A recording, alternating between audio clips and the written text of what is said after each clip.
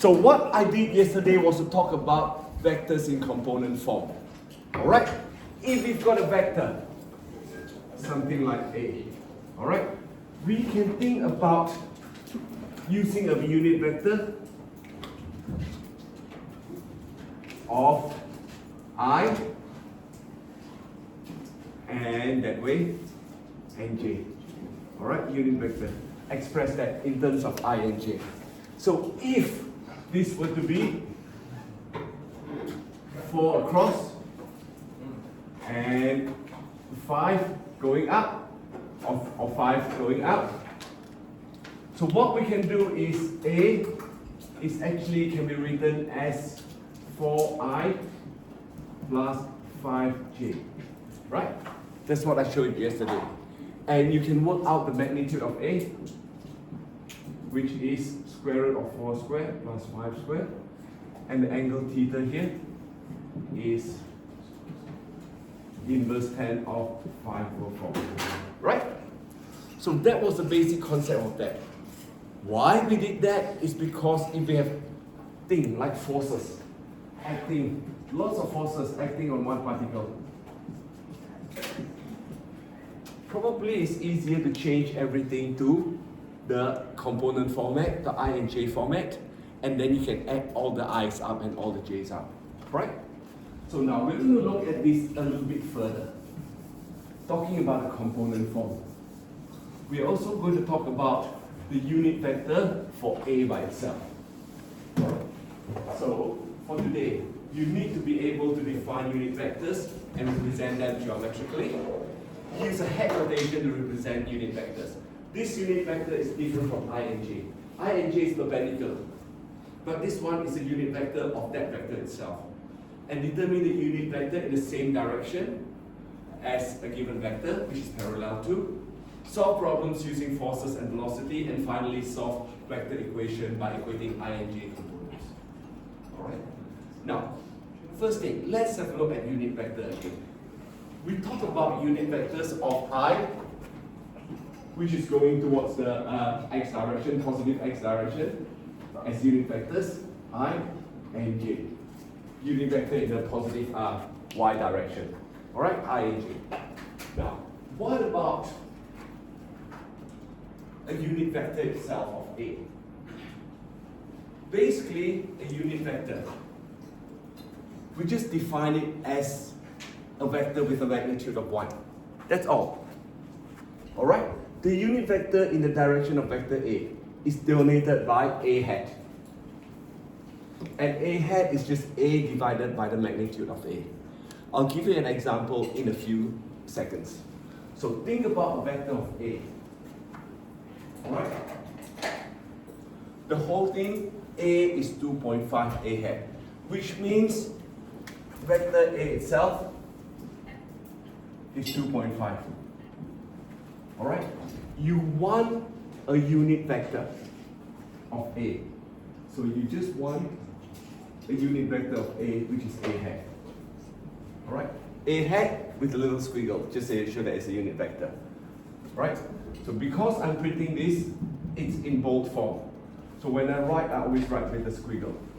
So this bit is actually equals to 1. Alright? How do I obtain 1? Basically, it's 2.5 divided by 2.5.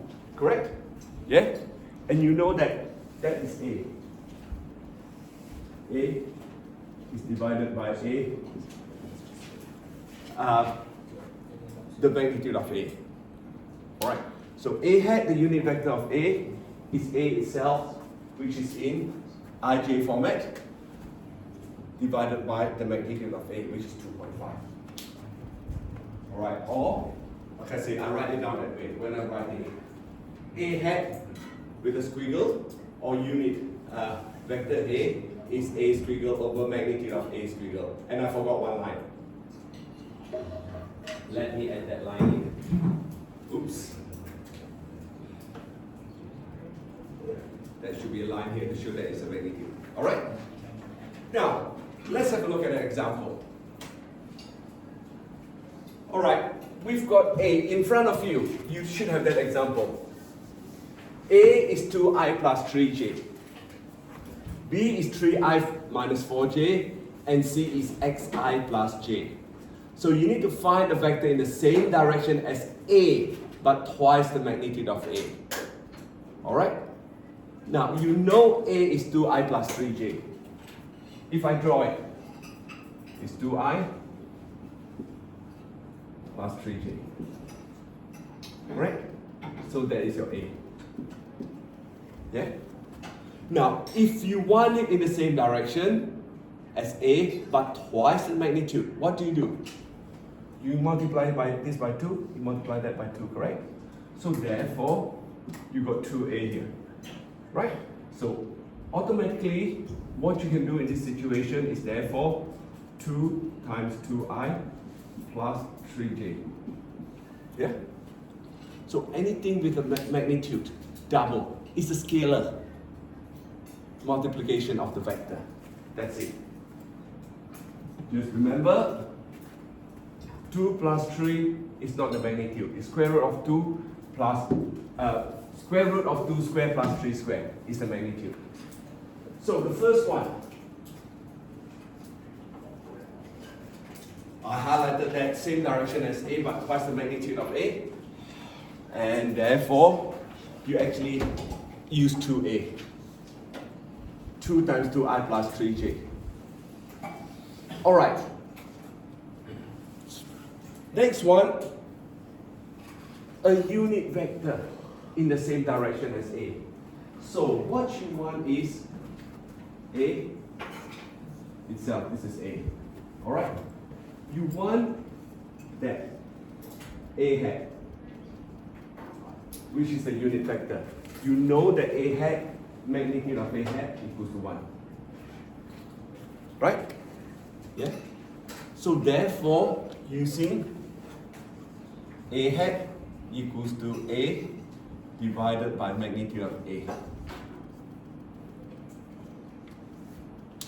Let's start off with looking at the magnitude of A. Alright? Magnitude of A is 2 squared plus 3 squared equals to 4 plus 9, which is square root of 13. So, this long arrow is square root of 13. Right? Yeah? So if you want a unique vector of that, is that divided by square root of 13, correct? Yeah? Basically that's the case. That divided by square root of 13. So therefore, A hat, which is A, the vector A divided by square magnitude of A, I've got 2i plus 3j over square root of 13. And I would actually split that up into something like this and rationalize it. Alright? I mean, I'm happy if you leave it like that as well, but that looks a little bit better.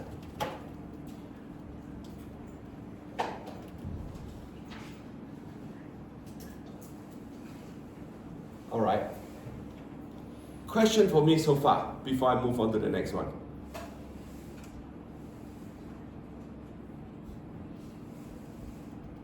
Part C, a vector in the same direction as A, but the same magnitude as B. So you know that you need the magnitude of B, right? So what do? You have to calculate the magnitude of B, don't you? Agree? Yeah?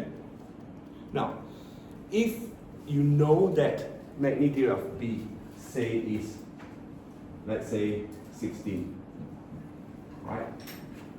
So if you want A to have the same magnitude as B, all right, you have to multiply the unit vector by 16, correct? Or by any number, as long as it is a magnitude of B, right? So now, I'm going to work out the value of magnitude of B. B is 3 squared plus 4 squared equals to 5. Very typical of the Pythagoras' theorem, Pythagoras' triangle. Now, I have not worried about the minus 4 because minus 4 squared is the same as 4 squared. Correct? So therefore, I have not written down the minus 4. Strictly speaking, you should, but it's fine if you write it down this way. From there, you know that it has to be 5 times a hat, because you want in the same direction as a, but the magnitude is b. So therefore, 5 times a hat is 5 times 2 square root of 3, I plus 3 square root of 13 over 13j. And which means this is your answer. D is a little bit more interesting. The possible values of x if the magnitude of c is the same as magnitude of a. We've already worked out the magnitude of a, right? So next bit we need to do is work out the magnitude of c. What is the magnitude of c? If you draw c, alright, if this is c, that is xi and that's 1j. So therefore magnitude of c is actually square root of x squared plus 1 squared. Correct? Yeah. See what I'm doing there? I look at the magnitude of c. I already found the magnitude of a from part b. Yes? So in B and C, Yes? how come we're doing the direction in that form? Like, how come we can't just make it into a triangle and then find an angle? Oh, it's just because that is given to you in the component form, I and j form. So is that like the So that is, all right, thank you, Layla. So b itself, b which is 3i minus 4j, it means b, you move to your right by 3, hey listen, 3 unit of I, and down by 4 units, j. That is your b. Right? So what you need to think about is this I and j is the unit vector in the x direction and the y direction. Positive is to your right, negative is to your left, and positive is up, negative is down. So that is actually given you the right angle triangle, the two sides, and b is actually the hypotenuse. Got it? Yeah? All right. Got it, okay. I'm going to do that. No, good question. I need to clarify that. So therefore, in this case, I know that this is a right angle. Okay? Now we don't know whether x is positive or negative, but we know that j is definitely positive. Right? J is going up by 1. And therefore, if I do that, I know A, and I work out C, I straight away square both to make life easier for myself. 13 equals to x squared plus 1. Alright? This is square root, this is square root, so I square it straight away. Yeah? And you can work out x squared is equals to 12, and x is plus or minus square root of 12, or plus or minus square root of 2 root 2. 2 root 3, sorry. So this bit here is basically using your knowledge of maybe how to determine the magnitude. C is xi plus 1j. It's determined how. Sorry, what happened? Where did you get x squared plus 1? Sorry? C. Yeah, x squared plus 1 is x squared plus 1 squared. C, the magnitude of C. Alright, let's have a look. Let's write down. So C equals to xi plus j. Right? So if I draw a triangle, in this case, C you know is the hypotenuse. So the component, the horizontal component is x scalar multiplication of I. And then the vertical component is just j. And j is just 1. That is your C. So therefore, you know that the magnitude of C is actually x squared plus 1 squared, square root of that. Yep. So how do we find the direction of C? The direction here is looking at your, alright, if this is a direction of, let's say, another vector, let's say a vector k. Alright, this is 4i, and 6j. Alright? So now you know this angle. Hey everyone listen. You know this angle by working out the tan. So this angle is inverse tan of 6 over 4. Correct? Once you know that angle, if you know this is the north, you can work out the bearing. That's how you find the direction. So how come the last line's the directions we'll be finding or like search for? Yeah, hang on. Let's go back. Which one? Let me. I don't know. All right. Which one did I say is the third form? Like at the bottom of B, when it says Okay. All right. So listen, please. Bottom of B, what you want is a unit vector in the same direction of as A. So you want the unit vector of A, which means here, A, this is the vector A. It could be anything. It could be 10, it could be 20, it could be 40, the magnitude. Let's say the magnitude is 40. Alright? If I want a unit vector of A, the unit vector of A will be in the same direction as A, right? But the magnitude is just 1. So if I want the magnitude of 1, we call it A hat.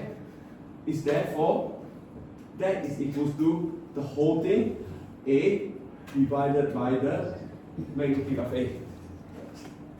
Yep. But isn't I in the magnitude I in the same? Sorry? Isn't like vector I? No? Okay, so let's use a better example. 40 is not a good example in that sense.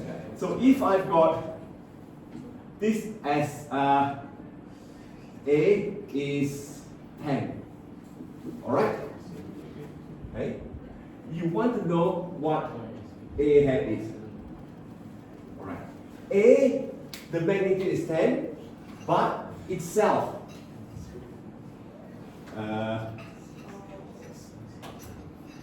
Okay, so this is 8i and 6j. So A itself is actually 8i, the vector, horizontal, plus 6j. Alright? It's not, A is not the magnitude yet. A with the two lines is with magnitude. Alright? Let's clarify. A is the vector. And A with the two lines is the magnitude. Yep. Happy with that?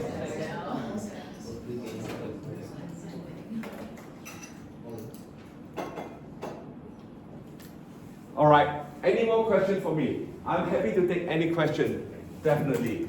I want to clarify the concept before I move on. And then the A top hat is the unit vector. Yes, A with the hat is a unit vector. Alright? So basically, what happened if you think about it? You are actually dividing in I. Alright? I know I, we call it the unit vector. So if 8i, the unit vector is 8i divided by the magnitude 8. That's all. Alright? J here is 6j. 6 divided by 6. J divided by 6. So therefore the unit vector is j. Alright? So I is horizontal, j is vertical.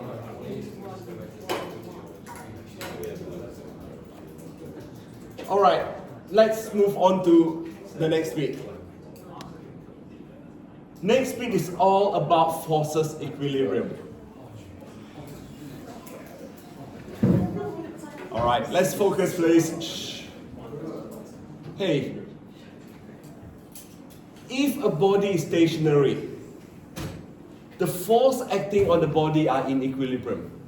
So this means that the horizontal components of the forces must have zero sum, and the vertical components of the forces must also have sum of zero. Alright? Now think about it. You have learned in physics, I hope, that if you've got something sitting on a slope, alright? If it doesn't move at all, which means everything actually moves. So everything is in equilibrium. So the forces pulling down, the forces lining down, and the forces reaction force from the support. Alright? Sum here. The sum of these three forces must equal to zero. Alright. This pulling down balance out those two. Pulling up your friction force and the normal reaction force on the body.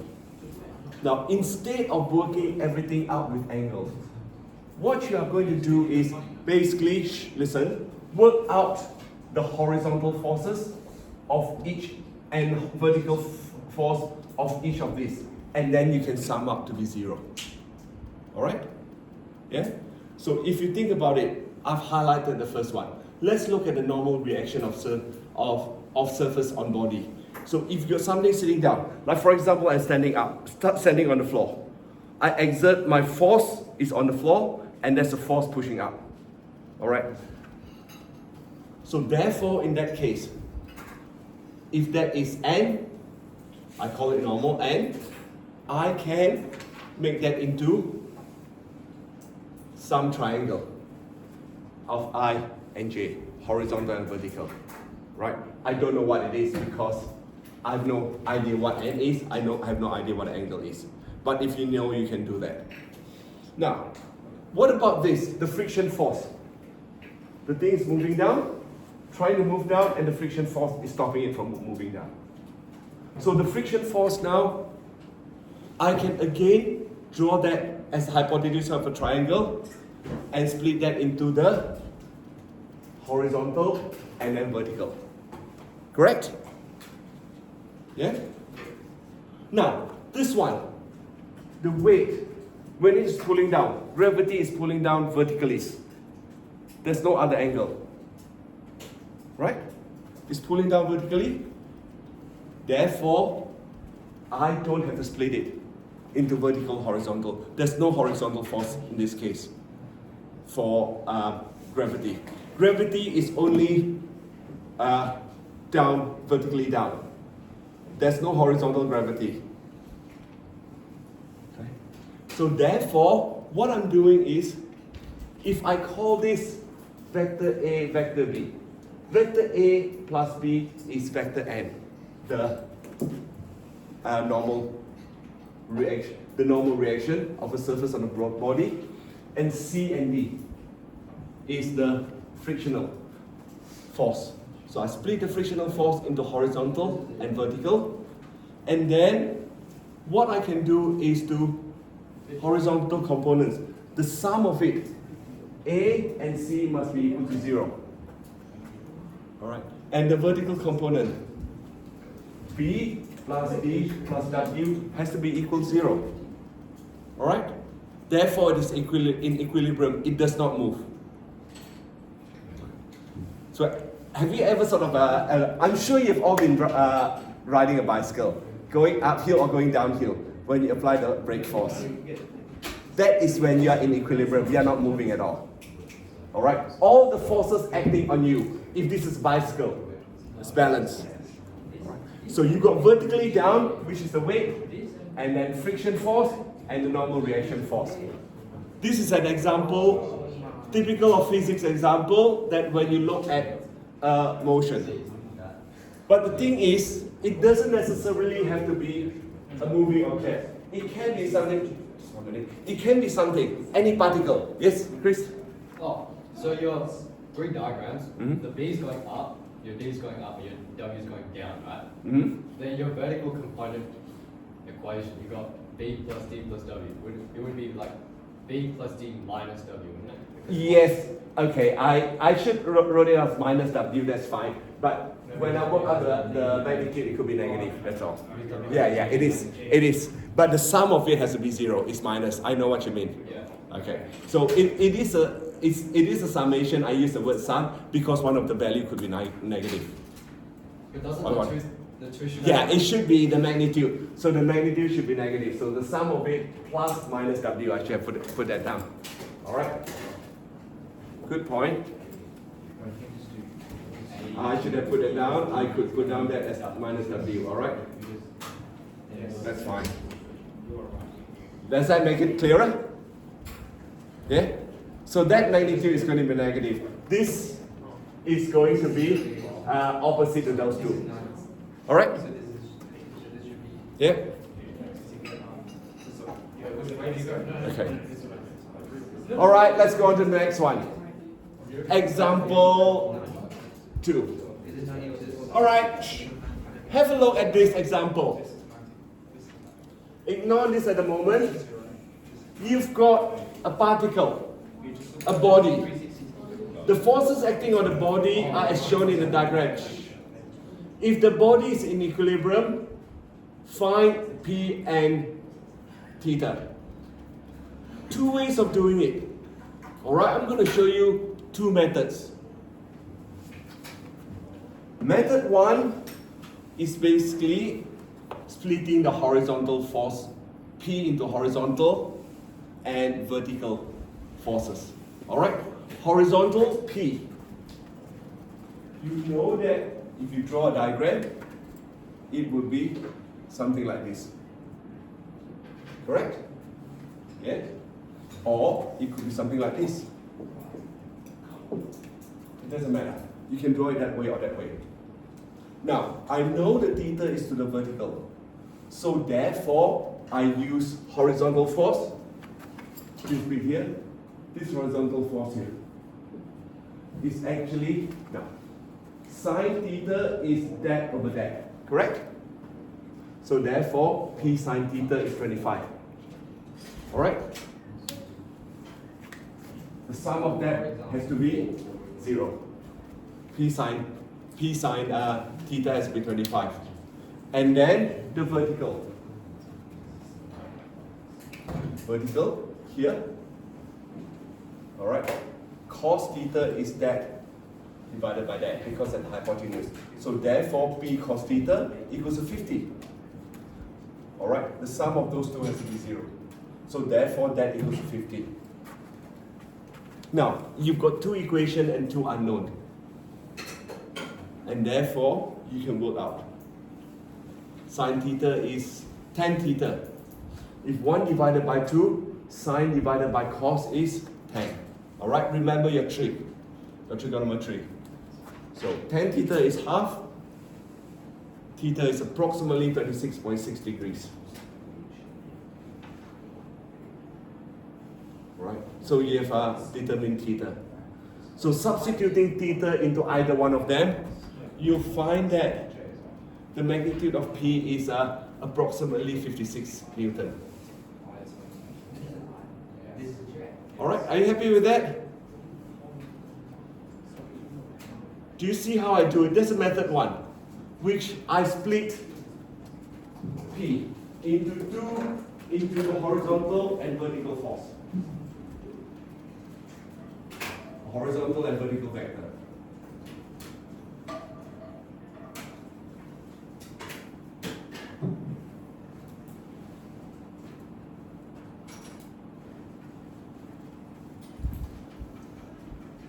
Now, the other way is to think about using method 2 is using these two forces. Alright? So if I use those two forces, this is just what I've answered the question. Method 2, what I have is 25 newtons and I have moved this across to here. And you know that that is the resultant here. Right? Okay? So now, this has to be the same as that. I call this A. Alright? It has to be the same because pulling down, A pulling down, P is pulling up, and it's actually in equilibrium. It's not moving at all. Pulling down and pulling up is the same force, it's in equilibrium. So therefore, I can draw this triangle. I can work A out. And you know this angle is theta, correct? Here, that's theta, vertically opposite. So you can do that. You can work A out, which is the same, which is square root of 25 square plus 50 square.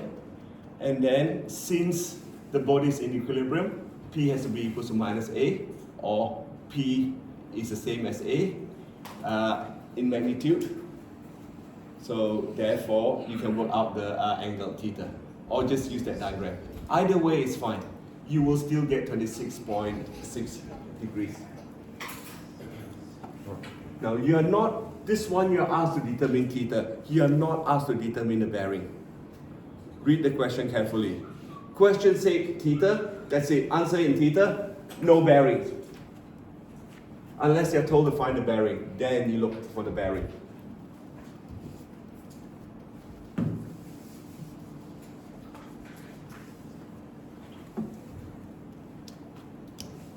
All right. Example 3. Example 3, basically, we need to know the speed is actually the magnitude of velocity.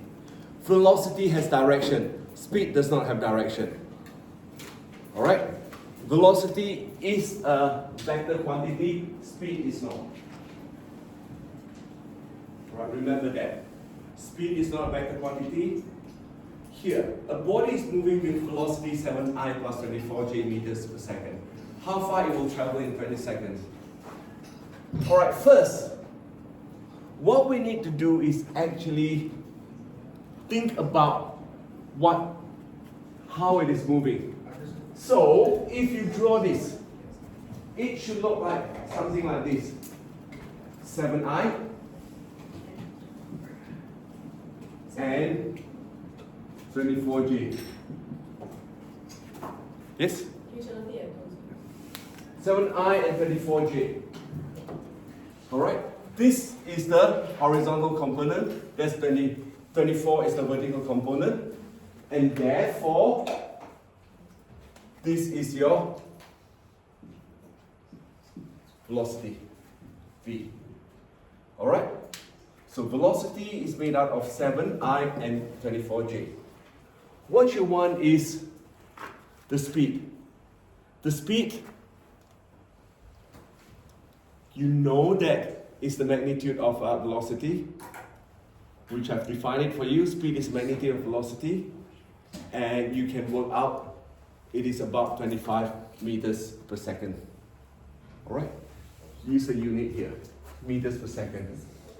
So therefore, in 20 seconds, it's traveled 500 meters.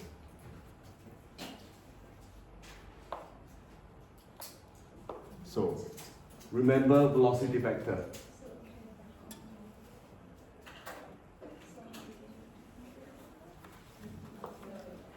All right. Next two, it's a bit more interesting. I should be able to finish this lesson today. Two more examples, but before we look at the example, let's think about the velocity vectors in components. All right. Say I am flying from Perth to Broome in a straight line, which never happens anyway, but I'm just saying that it's a straight line. You know the distance from Perth to Broome in a straight line, let's call it D. All right, just a vector D. So what happened is, if I'm flying up from Perth to Broome, the velocity has to be some sort of some scalar multiplication of d, right? So you know that how much we travel. Let's say if I travel 100 kilometers per hour, after 1 hour, I will reach 100 kilometers. All right, that is the distance. Lambda times the distance. Say this is 800 kilometers, probably more than that. So if I travel 100 kilometers per hour, so what would be lambda here? Think about it as a factor or a scalar multiplication of the distance. All right. So displacement vector. I shouldn't say distance. I should use displacement because displacement has got it's a vector quantity, whereas distance is not. All right. So if the displacement vector d between two locations is given, the velocity vector v that one travels between two locations is a scalar multiple of the displacement vector d. That is, velocity is equal to lambda d. I'll show you an example, it will make it clearer. So think about it, you've got a displacement of 800 kilometers. If I travel, my velocity is 100 kilometers per hour. Alright. After 1 hour, it will be, velocity will be, okay, the distance traveled, the displacement will be 100 divided by 800, right? So therefore, that's a lambda times d. So it's just a scalar factor. Just think about it as a scalar factor of the displacement. All right, let's have a look at the example. Now, airport A and B are such that A to B is 600I plus 200J kilometers. An aircraft is to be flown directly from A to B, and it can maintain a steady speed of 300 kilometers per hour in still air. There is a wind blowing with a velocity of 30I minus 20J kilometers per hour. Now, what you need to think about is, in this question, there are many informations. You've got to think about information in vectors and information in magnitude. Which one is magnitude? Which one is magnitude? The speed. The speed. Yes. Here. You're not given in I and J format, therefore the speed is magnitude. Whereas distance or displacement A to B are given to you as 600I plus 200J. And there's a wind velocity which is given to you as 330I minus 20J. So find in the form of AI plus BJ the velocity vector the pilot set so that this velocity together with the wind causes the plane to travel directly from A to B. So directly from A to B. Here I've written down a few things. So the displacement vector is 600I plus 200J. Okay? Therefore, if velocity is lambda d, is lambda times 600I plus 200J. One thing established. Next, this is speed. It's not in a vector format, but we could call it velocity vector, and this is actually magnitude of the velocity vector, which is ci plus dj. So the velocity itself is ci plus dj. All right? I'm just using two unknowns, c and d. We need to split that into components. And then, of course, you know the wind blowing. The wind blowing there, you already know the I and J. So now, you can use this information. You can use all this information. But before that, you do need to draw. Right? So you need in the form of AI plus Vj, the velocity vector, the pilot should set, so that the velocity together with the wind causes the plane to travel directly from A to B. So directly, you know you want to go from A to B. Alright, A to B directly. You want to know the velocity vector. Now here the wind is pushing this way. And we know that we can travel Ci plus dj. That is the velocity vector when it is in still air. So this is the velocity vector in still air. This is the this is the wind direction, and this we need to look up the velocity directly from A to B. That will be the resultant. Alright? Think about it. Whatever from a few lessons ago, I know that I need to travel directly from one to the other, and that will be the resultant.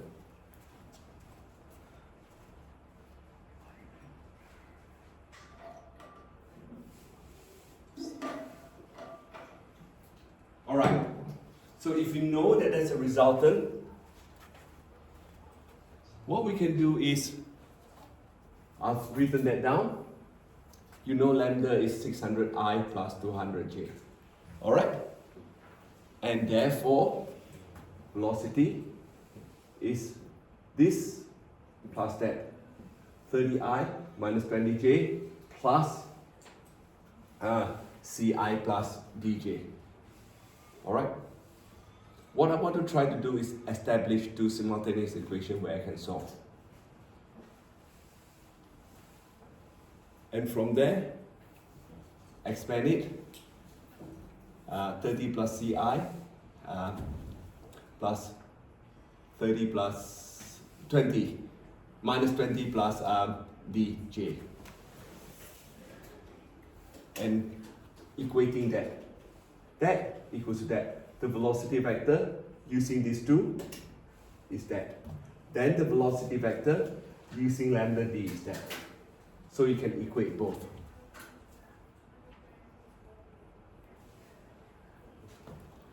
Once you equate both, then you collect like terms. Collect all the i's and all the j. From what I taught you yesterday, you know that I and j is perpendicular. Therefore, this has to be 0, that has to be 0. Correct? Yeah? This bit has to be 0, and that bit has to be 0. I is perpendicular to j. So 0i is actually the same as 0j. That's the only condition. 1i cannot be same as 2j or whatever, because they're perpendicular. They're not parallel. And once you've established that, you've got lambda is equal to 30 plus c from the I divided by 600, and from j, lambda equals to d minus 20 over 200. Because you know these two, you can equate those two, and then you therefore have an equation in C and D. Alright. How do I solve for C and D? I need to use this information now. Next. Alright? You know that C squared plus D squared would be the same as 390 squared because of your Pythagoras triangle. Alright? I've simplified that, and then I've worked that out. We know that Ci plus dj equals to 390. The magnitude of the velocity vector. The magnitude of the velocity when the aircraft is in a still air. And therefore, you know that c squared plus d squared equals 390. What I do is, I substitute c equals to 3d minus 90 in here. And once you've got that, you have got your I don't know why the 0 is there, that shouldn't be there. You've got your quadratic equation which you can solve. Now, what you need to do is, do you know how to use ClassPad to solve? Yeah, you need to know how to use ClassPad to solve. Once you know how to use a ClassPad to solve, you know that d equals 150 or minus 96, and you have to reject negative 96. So you know how to reject. If you reject negative 96, that should be reject negative 96. And that 0 shouldn't be there. Alright?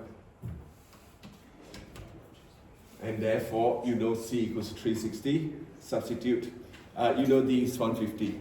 Substitute back in, you can work out what C is.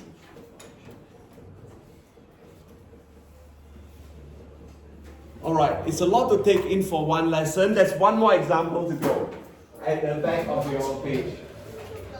I know it's a long one. Last example. Last example. Alright, using A equals to I plus 3j and B equals to 4i minus j as base vector. Express each of the following in the form of lambda A plus mu B, where first one is 5i plus 3j. How are you going to combine these two into here? Alright? So what you want is combining 2i plus 3j and 4i minus j into 5i plus 3j by multiplying some sort of scalar multiplication. Alright? Let me show you. You know that I want it as lambda A. Lambda times 2i plus 3j. And mu times b. 4i minus j. That equals to 5i plus 3j. You need to be able to work out this bit. That times A and that times B. And gives you that vector. Alright? Basically, lambda and mu is just some sort of scalar multiplication. It's a multiplier. Alright? Then you work this out. Collect like terms. Knowing that I and j, they are perpendicular, therefore there has to be 0, that has to be 0. It cannot be anything else. And you've got two equations. You can solve it with a simultaneous equation and work out as lambda equals to 17 over 14 and mu equals to 9 over 14. Alright, I would like you to try this bit, please. B. Alright, that will take you to the end of the 130. I will show you I will upload the solution. I will upload the solution. You've got about, I don't see you until Monday, so you've got a few days to do your exercises.